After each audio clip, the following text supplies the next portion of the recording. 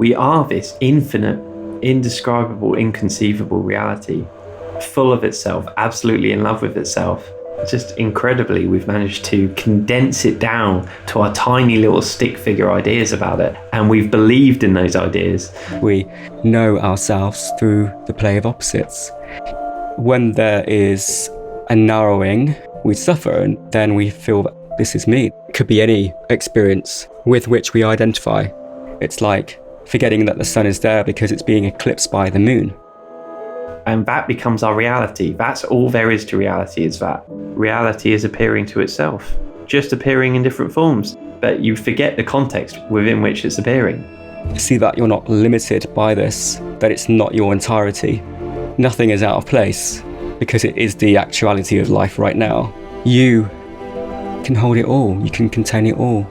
You're free from it, but it's completely free to have that particular expression. We're not trying to redefine anything. We're seeing if our definitions are valid. Welcome to another episode of the Nonduality podcast with myself, Nic Higham, and Paul Dobson. We are this infinite, indescribable, inconceivable reality, full of itself, absolutely in love with itself. Just incredibly, we've managed to condense it down to our tiny little stick figure ideas about it, our little cartoonish human ideas of what it is. Reality as a whole is playing this game with itself at a cosmic level. The mind seems to be like an abstraction tool, just a kind of chaos tool. Yeah. So you're experiencing, say, anger. And in fact, there isn't always that spaciousness, is there? I am experiencing anger. In a moment of what we call anger, there is only that energy. And is that all you are? I mean, it absolutely seems like that is the case, doesn't it? When these strong feelings and thoughts and experiences arise, it feels as if that is the entirety of me. This is what I am in that moment. Yeah. And that becomes our reality. That's all there is to reality, is that. But you forget the context within which it's appearing. And your life becomes all about that little thing. And there's a loss of every other possibility. There's an infinity of things going on. Yeah, you're experiencing an experience the mind labels as I'm angry because of whatever it is. So you're experiencing the anger and you're experiencing yourself as angry. And that experience feels total. Yes. So part of what we're talking about in this podcast is to see that you're not limited by this, that it's not your entirety. Of course, I'm just using anger as an example. It could be any experience with which we identify. Both the experiences we see as positive, as well as those we regard as negative, like anger, fear, shame. You kind of keep following it back in pile layers on top of layers, and eventually you go, actually, all of it's fine. But that's not something you can do. That's just kind of a seeing, isn't it?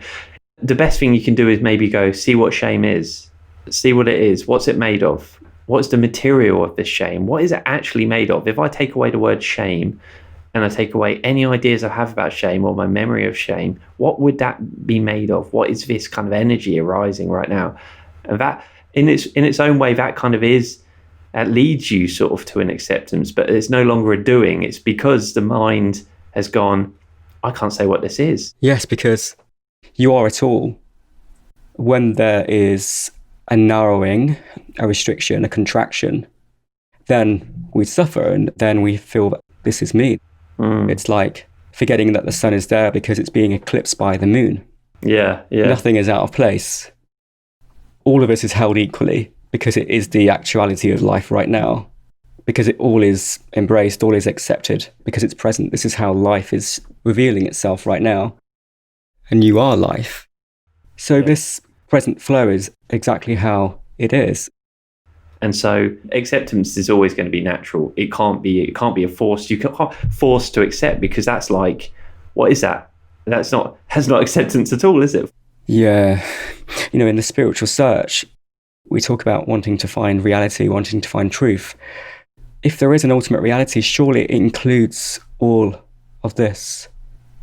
If not, why bother? pursuing it? Do you want a reality that is inclusive, or do you want a reality that is exclusive? What kind of reality, or what kind of unconditional love doesn't allow, or doesn't accept, or doesn't love every expression of itself? Real acceptance or surrender actually just happens spontaneously once you see what this is. Yeah, and maybe first of all to ask, what is it that you feel your heart is desiring? Is it equality or is it truth? Do you want a state or do you want truth? So, yeah. Do you want a feeling, an experience that you can kind of attribute to your sense of self, or do you want reality? For the earnest seekers, it's, I just want reality. Yeah. Do you want ultimate, absolute reality, which surely can tolerate any kind of appearance within itself, and not only within, but of itself? I mean, what else is there? Or do you want an exclusive, limited reality, which would not include certain aspects of itself, or certain aspects of a non-reality that may or may not exist, but this must be it. This must be non-reality now, because I don't feel content, I don't feel happy, so surely I'm not there yet, or that reality that I seek is not here. There must be an exclusive reality that can't tolerate certain things, that isn't big enough. With absolute curiosity, explore what's occurring, what your experience is, and see that actually what you're calling shame or sadness is occurring and is made of the exact same experience that clarity and happiness, feelings of joy are made of. It's made of the exact same thing. You can't say what those things are either, because we've got, and this is kind of what we always have been talking about recently, is like the labels. If you take away all the labels, it's kind of just this sort of energy, isn't it? It's just kind of like this. We can't separate ourselves from it. It just is arising in experience. It's just pure experience. Yeah, exactly. And the thought some things are allowed and other things are not allowed is absurd. Yet even that thought is possible. It's not absolutely true. No thought is. How could any thought capture the boundlessness of the absolute? How could any thought affect the absolute? It's actually after the fact, it's after the raw fact that we then say, this is bad, I need to get rid of this. And then that whole line of confusion and sort of suffering begins, where you just kind of pile on layers on top of it and go, I'm trying to accept, but I can't accept. Yeah, because a lot of the time we are seeking qualities, we're seeking certain states, we're seeking to feel a certain way, have a certain self-image, to be kind of untouchable, to have some kind of spiritual force field around us at all times, to only experience happy things and not to experience anything else. One feeling, one experience needs the opposing experience to be as it is. We need to have that play of opposites to experience anything. To even recognize what contentment is, we need the opposite. To recognize what peace is, we need to have gone through the opposite. So this is the deal. This is the deal in this human experience. We, as reality, know ourselves through the play of opposites. Life appearing stuck, life appearing narrow, life appearing as if suffering. Yeah, and then it just is spontaneously seen and sort of undoes itself, and there's no fighting it anymore. And in recognizing we are life, no state is seen as absolute. No state can define us. And yes, this recognition may be experienced as contentment or peace, as a byproduct, but to pursue a certain state misses the point. And that's surrender. That's not. But it's actually just a commentary. Surrender. It's not an instruction. It's just a commentary on what something that's happened. Exactly. There are certain states and qualities that bring to light what is true, but what is true isn't a certain quality. We're not looking for a conclusion. We're looking for what is true. That's what I was going to say. They're not doings, are they? They're kind of like a side effect of it. So just be open to what is true. And actually, you are always open. You are awareness, and awareness, or whatever you want to call it, is always open.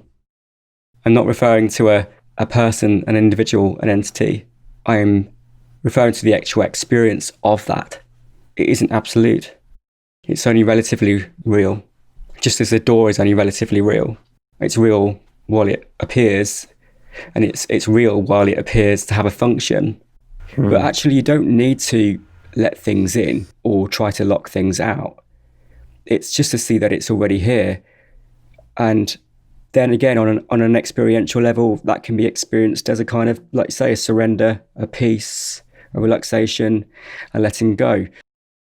You see that, oh, actually, I don't know what these things are, and they're appearing, and it's already happening, and so there's nothing that needs to be done about it. And then that's when it's just like, oh, and then that's the letting go, and then it's sort of the whole thing dissolves. But that's not anything you've done or anyone's done or worked towards or perfected or anything. It just happens in the same way your whole life has happened. It's the happening that you are has happened, you know. The growing of your body, the growing of your hair, the beating of your heart, the appearance of thoughts, mood and hormones and everything else, that's just happening. Yeah, we're not trying to remove anything. We're not trying to change anything. We're just trying to see the nature of all things.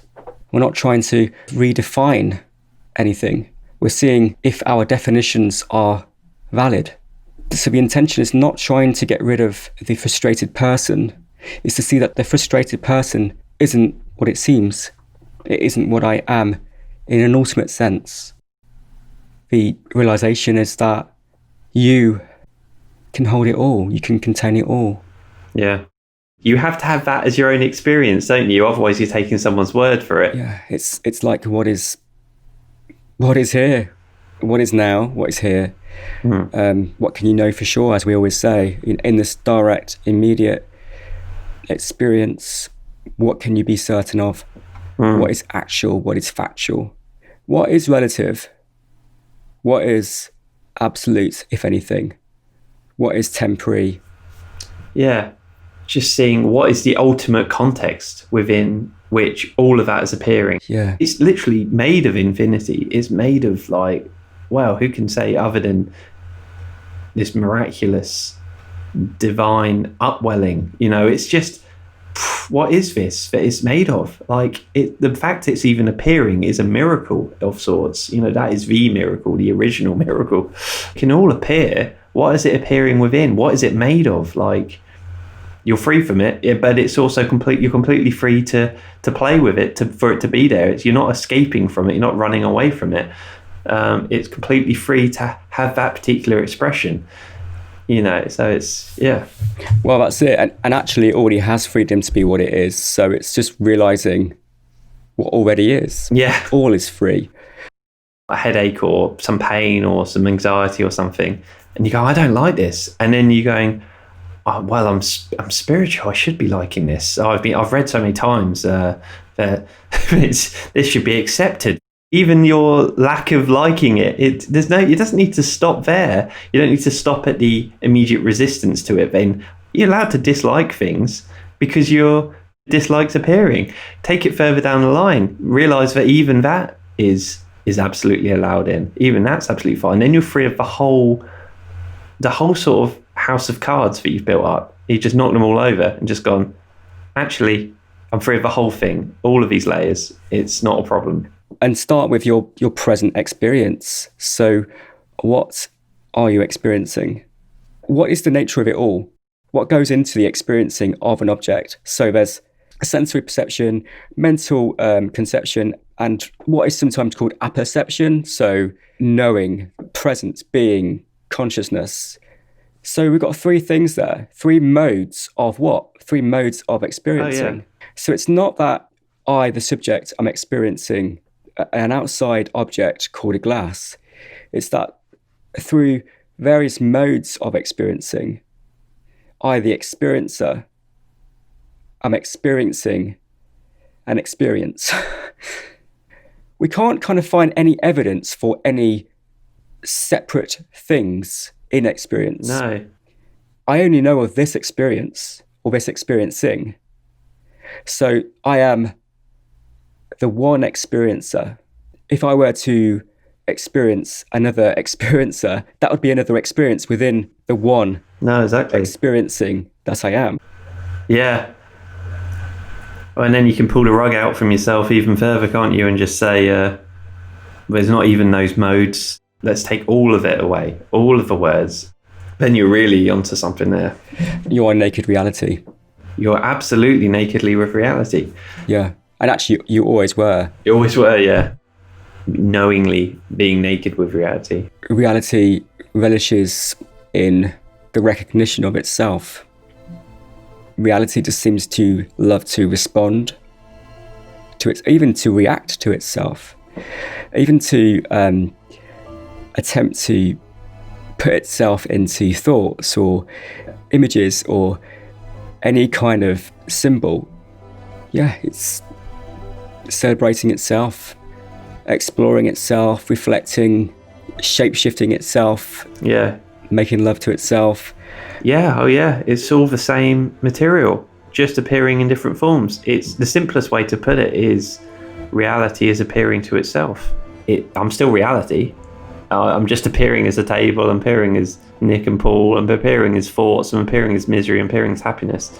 I've never changed one bit. I'm still reality. The fact has never changed. It's still pure experiencing, you know.